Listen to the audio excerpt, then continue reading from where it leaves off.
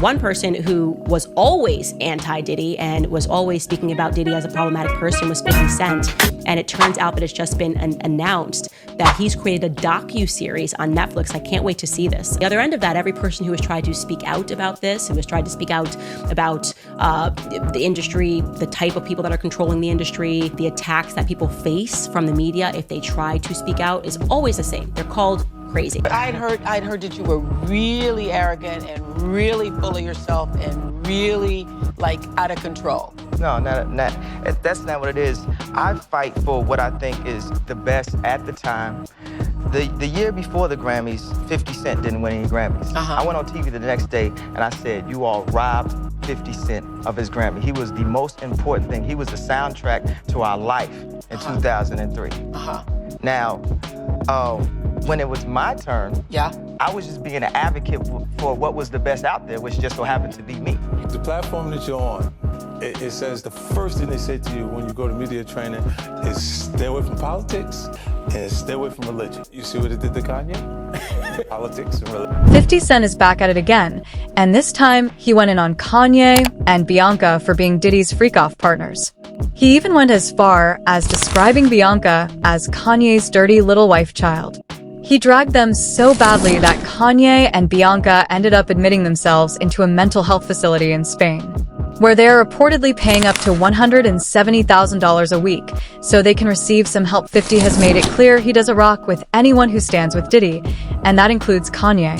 Kanye has been shamelessly defending Diddy and even called for him to be released because, according to him, Diddy is being set up by the high-ups. Initially, people thought Kanye was just saying all this because he was trying to clout chase, but some came out and they revealed that Kanye was just like Diddy and that they even freaked off with him too. This entire mess started when Kanye and Bianca showed up at Diddy's trial after months of Kanye defending Diddy. During their first appearance at court, they actually weren't even allowed in because he didn't wait to get the proper approval to be there. However, that was quickly sorted out, and the very next day he was right in there, but this time Bianca didn't come with him. Kanye was wearing an all-white outfit, which people claim was a reference to the all-white freak-off parties Diddy used to have. But get this, despite Kanye claiming Diddy was innocent, he actually didn't stay in that courtroom for more than 30 minutes. In fact, right before he went in, the reporters asked him if he was there to support the diddler, and he said yes, but once he was in there and heard the details of what Diddy did in person, it became too much for him, and he ran out just as fast as he came in. Child, you cannot make this up. 50 Cent saw all this foolishness happening, and as usual, he didn't hold back from trolling Kanye and dragging him for his weird behavior. He posted this AI-generated photo of himself wearing an all-white suit as well as multiple slides of Kanye's outfit to the trial and said in the caption, "We are wearing white in honor of the freak-offs. Damn, you should have brought your dirty little wife with that Grammys outfit." Child, he didn't just come for Kanye, he dragged Bianca too. Now the thing with FY is this isn't his first time coming for Kanye. They've had issues since 2007, and clearly 50 still feels the same level of disgust for him. In fact, just recently, when Kanye revealed that he used to occupy his free time by sucking off his cousins, when 50 jumped in and accused him of being gay, he said there was no way Kanye was doing all that sucking for that long, and didn't end up developing an attraction to men at all. Kanye's tweet read this: "Song is called Cousin about my cousin that's locked in jail for life for kill pregnant lady a few years after I told him we wouldn't look at dirty magazines together anymore. Perhaps in my self-centered mess, I felt it was my fault that I showed him those dirty magazines when he was 6. Then we acted out what we saw. My dad had Playboy magazines, but the magazines I found in the top of my mom's closet were different. My name is Yee, and I sucked my cousin's D till I was 14. This was a very serious issue." But as I said, 50 didn't take it seriously at all, and he trolled Kanye just like the post he made about Kanye showing up to court. He posted an AI photo of himself and said in the caption, "I woke up this morning thinking you can't suck your cousins for 6 years and not be gay. Somebody has to tell Kanye.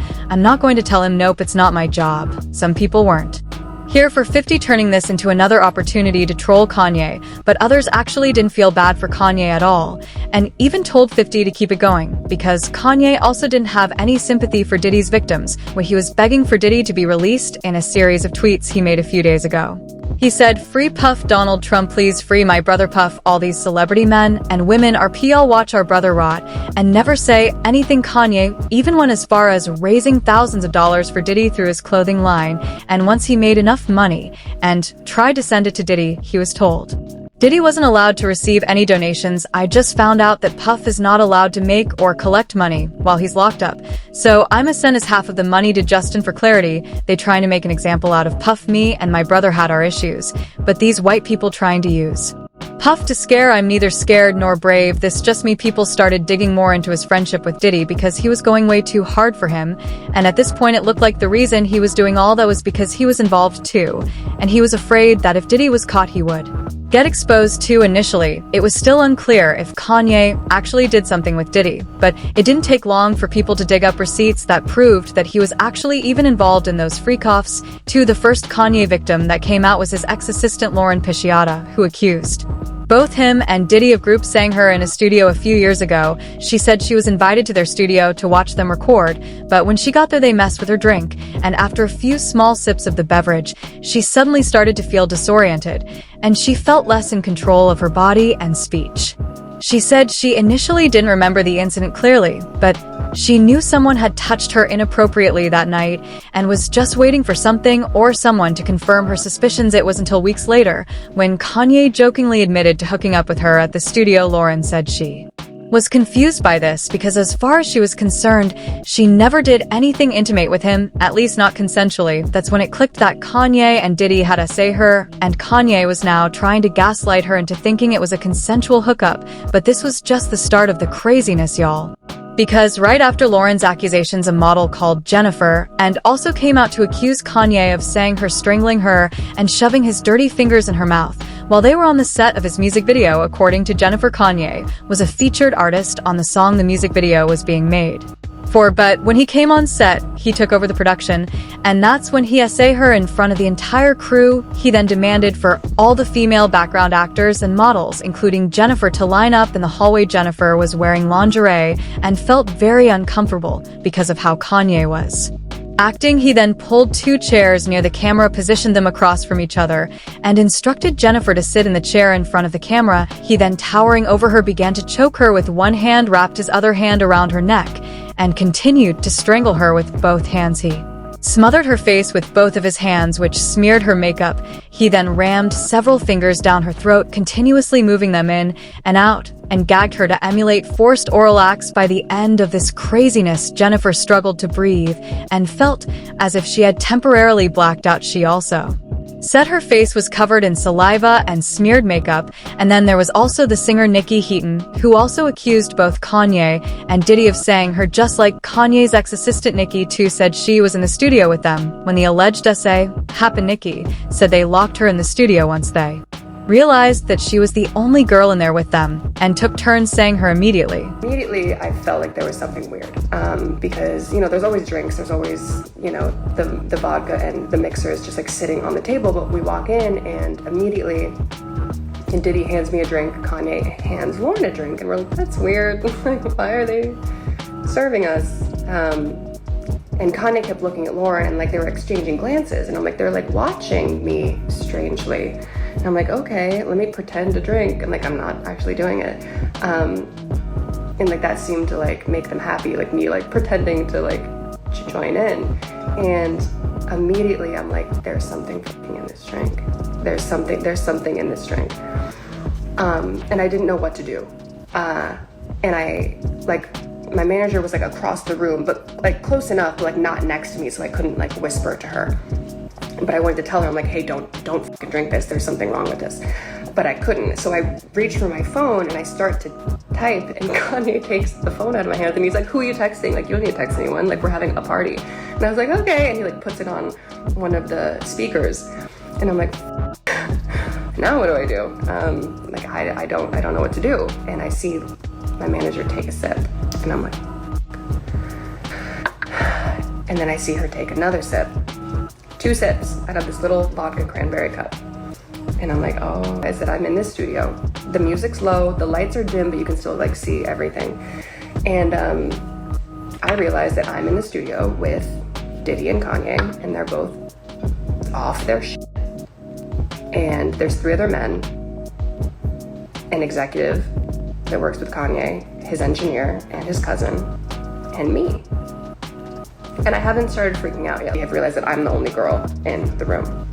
And they start coming towards me and they're like, don't you want to take your clothes off? Like, it's so hot in here. And I'm like, no, fine. I'm fine like this. And they're like, come on, like, it's just us. Like, we're all just friends. Like, let us just, like, see, like, how you look.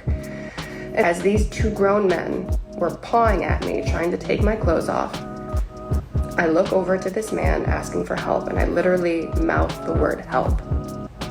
And we lock eyes. But it doesn't end there, y'all, because recently one of Diddy's victims who goes by the anonymous name Jane Doe was on the stand, and she spilled the tea about a time when she was freaking off with this other rapper named Bear while she and Diddy were on a break a lot of people believe Bear is Rick Ross. And as y'all know, Tia Kemp already made us aware that Rick Ross was at those parties to freaking his big back away anyway. According to Jane Doe, she and Bear went to the party of an unnamed famous rapper and his wife, who people believe are Kanye and Bianca, and they freaked off all night. He was on a trip with a different rapper named Bear, and they were in Vegas, and she goes to dinner with this rapper for his wife's birthday, and then afterwards they go to a hotel and there's an escort that she recognizes there named Anton, and she's like, oh my god, like, why are you here? Like, I recognize you, because she obviously did freak offs. So this other celebrity had hired this escort Anton to have sex with a woman. So they go to this hotel room and there's 7 to 8 people, she said, just staring, watching. So there's this banging this woman and there's 7 to 8 people watching. And at one point she even took her top off, she said, because she was in the moment. And the famous rapper went up to her and said, I think you're very beautiful. I always wanted to F you. Now, not many rappers have wives with birthdays in January. And guess what? Bianca's birthday is in fact in January. So take that as you may. Not only that, but last year she was in Vegas with Kanye on her birthday. If 1 + 1 is 2 and 2 + 2 is 4, then what do you call this? Oh, okay, one thing about 50 Cent, he might tell a joke, but he never tells a lie. Kanye is clearly way more involved in this mess with Diddy than we thought. And that's why he's been going so hard for him. As usual, people had their own thoughts, like this person who said Kanye came to eyeball him because Diddy put in a motion to reveal the name of the famous rapper freak-off birthday party. People keep trying to say he was there for support. That's not why he went there, that's for sure. Another person said the reason they didn't name Kanye is because they realize his fame and ability to communicate to the masses, which could sway the entire case. But believe me, when Kanye's fame died down, they're going to come back to this case and charge him. But now I want to know your thoughts. What do you think about 50 dragging Kanye and Bianca for filth? And do y'all really think Kanye was at those freak-offs too? Let me know your thoughts in the comment section below. And don't forget to click here to watch this other messy video.